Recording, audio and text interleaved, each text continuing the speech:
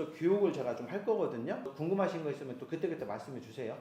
사장님하고 노선은 달라요. 노선이 달라서 그런 부분을 제가 다른 부분은 따로따로 제가 말씀을 드릴 겁니다. 공통적인 것부터 말씀드리고 그 다음에 노선 관련된 것 사장님 다르기 때문에 장대현 사장님 말씀드리고 그 다음 문경석 사장님 그렇게 말씀을 드릴게요. 이제 첫 페이지 좀 이렇게 보시면은요, 이제 운행 일지라고 해가지고요, 사장님들이 이제 운행하시는 일지를 신라면 일기를 쓰시는 거예요. 상차지에 가면은 인수증이라는 거 주시는 거 아시죠? 인수증을 받으시면은 사장님들한테는 이게 돈이에요. 운행을 했다라는 그 증거물이거든요. 일본 같은 데는 핸드폰으로 기계로 단말기 이렇게 찍는데 아직까지 우리나라는 이제 종이로 이제 문화가 좀 돼 있어요. 많이 바꿔가고 있긴 하긴 한데 운행일지 맨 뒷페이지에 이렇게 보시면은요, 지금 이제 문경선 사장님은 다른 거예요. 제가 따로 말씀을 드릴 겁니다. 이제 지금 장대현 사장님 같은 경우는요, 운행 날짜를 첫 번째 쓰시는 거고요.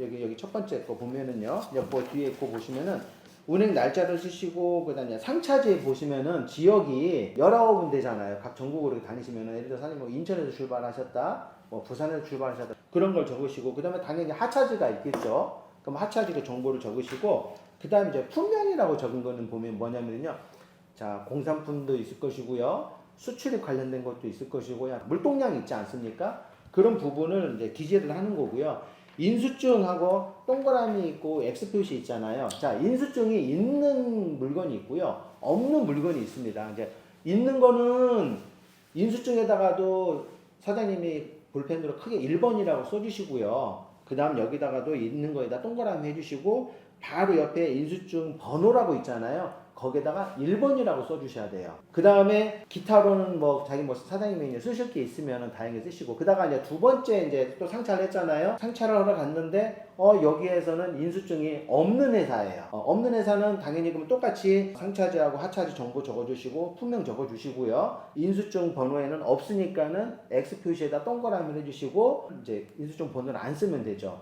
자, 세 번째도 상차를 하셨는데 여기도 인수증이 없는 데야. 그러면 또 똑같이 두 번째까지 똑같이 쓰시고 인수증 없는 거 빈 공간을 내놓고요. 네 번째 가신 데 가서 이제 만약에 인수증이 있어요. 사장님이 운행하신 거는 네 번째지만은 인수증은 두 번째잖아요. 그래서 인수증에다가 크게 2번이라고 써주시고요. 여기 운행 일지에다가도 2번이라고 써주셔가지고 차곡차곡, 여기 보시면은 제가 이제 클립을 제가 이게 드렸잖아요. 요거에다가 이제 차곡차곡 놓으셔야 돼요.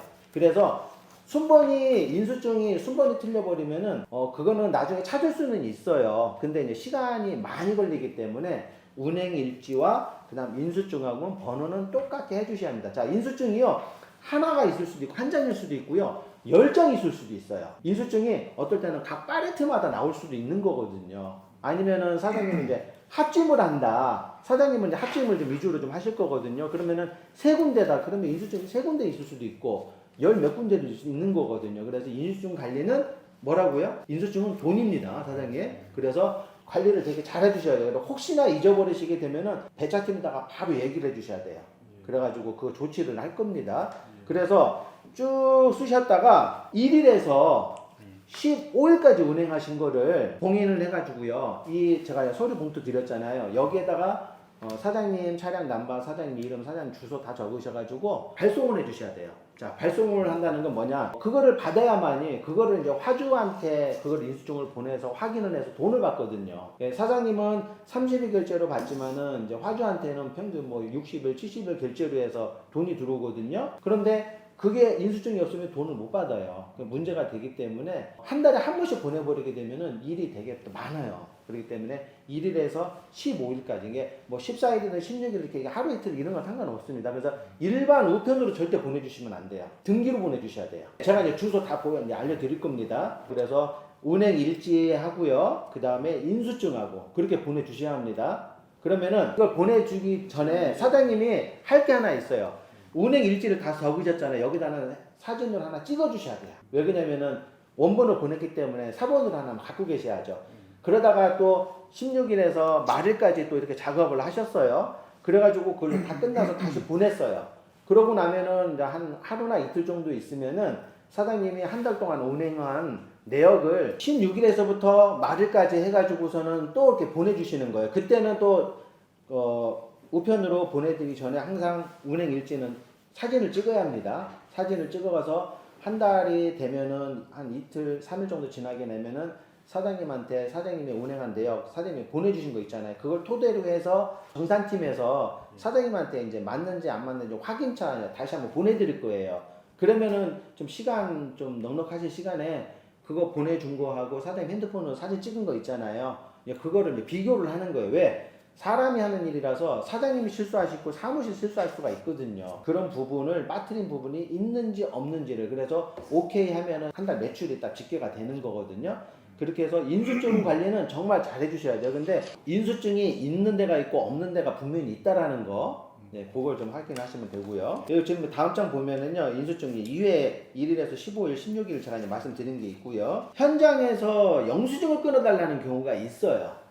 현장에서. 근데 그게 화주가 회사에다 안 주고 바로 이제 차주한테 주겠다라는 그 의미거든요. 그러면은 세금 계산서라는 게 있어요. 여기 보면은요, 인수증 관리 방법 보면은 맨 위에 보면은요, 차량 남바, 사장님 이름, 그 다음에 1번, 2번이라고 써 있잖아요. 여기 보시면은요, 네네. 이렇게까지 해주면 정말 좋고, 이렇게 1번, 2번만 써줘도 저희는 괜찮습니다. 그 다음에 사장님은요, 쿠팡 같은 데나 뭐 CJ나 다양한 큰 회사를 들어가잖아요. 그러면 그쪽 회사에 어플리케이션을 이제 설치를 해야 돼요. 핸드폰으로요. 그래서 사장님 카톡 다 가시죠? 예. 네. 그런 이제 어플리케이션을 그쪽에서 다 알려줍니다. 캡처를 해서 예시로 제가 보여드린 거고요. 자, 요거는 이제 법적 관련된 교육인데요.